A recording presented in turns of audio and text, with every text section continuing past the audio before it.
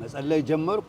እነሱም ከኔ ጋር አብሮ ይተጉ ነበሩና በተለይ ለቤተሰቤ በጣም ገና ከተጋባን ብዙ አልቆየንም። ነፍሰ ጡር ናት ባለቤቴ። 1 አመት ገና ሊሆን ነው ከተጋባን እና ከዛ ልክ 1 ሳምንት እንደቆየ አሁን እንዳልኩ ሁለቱ በመጣላታቸው ምክንያት ብቻ አስወጡን። ወደ ቤት ሄድኩኝ። ቤት ሄጄ መጸለይ ሲጀምር እግዚአብሔር አንድ ነገር ተናገረኝ። ሌሊት ልክ 10 ሰዓት አካባቢ ላይ ይቀሰቅሰኝና ብድግ አድርጎኝ ባለቤቴን ይዘ በአስቸኳይ ከዚህ ከተማ ውጣ ይለኛል። ወዲያው ለባለቤቴ ሲነግራት እንዴት እንወጣለን? አይ ጌታ ውጡ ብሏል። 1 ሻንጣ ይበቃናል። አንቺም ልብስሽን እኔንም አንድ ላይ ከተን እንውጣ።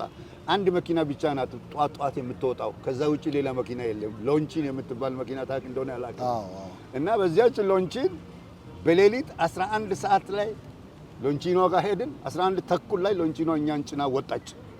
ወደ አዋሳ ነው የምትመጣው። እንደወጣን ወዲያውኑ ቤታችን ተከበበ። እንደገና ሊገርፉን። ከዛ በኋላ እነዚያን ሰዎች ካሉበት ቦታ ሁሉ ሰበሰቧቸው፣ ቀጠቀጧቸው። አንዱ አበደ ሲመታ፣ ከዋደራ የመጣው የግብርና ሰራተኛ ነው። ሌሎች ይሄ መቀመጫቸው ሁሉ ቆስለው የእግራቸው እንትን ሁሉ ቆስለው ማረሚያ ላይ ጣሏቸው። 2 አመት 2 ወር ከምናምን እስኪቆይ ድረስ እዛው ማረሚያ ቤት ቆዩ። እኔ ተደብቄ በየቦታው ጸልይ ነበረ። የዛሬዋ ቤተ ክርስቲያን ለመንፈስ ቅዱስ ትኩረት ካልሰጠች እግዚአብሔር ሰሞኑን በአንተ ሲያስተምር እንደነበረው ቤተ ክርስቲያን የምትታደሰው በመንፈስ ቅዱስ ኃይል ነው። ያን ስለሚያውቅ ነው ጌታ ደብዝዛ የነበረችውን ምንም የሌለች መስላ የታየችበትን ዘመን መንፈሱን ልኮ ከባለ 50 ጊዜ ጀምሮ ነው ፈሪ የነበሩ ሰዎችን ደካማ የነበሩ ሰዎችን አቀጣጥሎ እግዚአብሔር በሐዋርያት ሥራ ምዕራፍ 1:8 ላይ እንደተናገረ ቤተ ክርስቲያኖችን ያቀጣጥለው።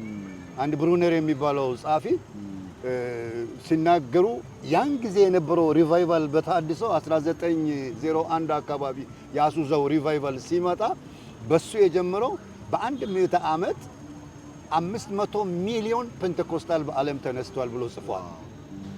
በእኛ ጊዜም በኢትዮጵያም ያየነው እግዚአብሔር ለታድሶ የኢትዮጵያን ቤተክርስቲያን የጎበኘው በኢቫንጀሊካል መካነ ኢየሱስና ቃለ ሕይወትን ልኮ ነው የጎበኘው። እነዚያ ቤተክርስቲያኖች እንደገና እንዲቀጣጠሉ እግዚአብሔር የጎበኘው በፔንቴኮስታል ሪቫይቫል ነው። ከ56 ከ57 በኋላ በኢትዮጵያ የተነሳው የፔንቴኮስታል ሪቫይቫል ደክሞ የነበሩት ቸርቾችን በሙሉ ያነቃበት ሪቫይቫል ነበረ እና ያንን እንደገና አሁንም ቤተክርስቲያን ማየት እንዳለባት የአሁኑ ወጣቶች የአሁኑ ዘመን ቤተክርስቲያን ለመንፈስ ቅዱስ ስፍራ ሰጥታ ማገልገል እንዳለባት የሚገልጥ ነው ሁለተኛው መጽሐፌ።